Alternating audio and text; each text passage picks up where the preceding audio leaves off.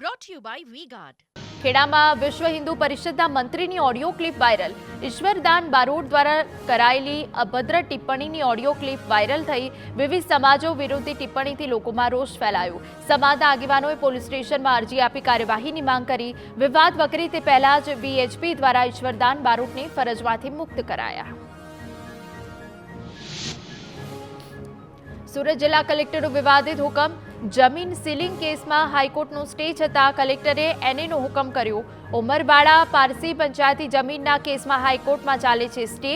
એને કરતા પહેલા ભૂતકાળની કાર્યવાહીની જાણકારી લેવાની પણ દરકાર ન કરી. કલેક્ટર સૌરભ પારઘીને ભૂલનું ભાન થતા જાતે જ ફરિયાદી બન્યા. વડોદરા જમીનના હુકમોમાં કથિત ગેરરીતિના મામલે ધારાસભ્ય મેદાને.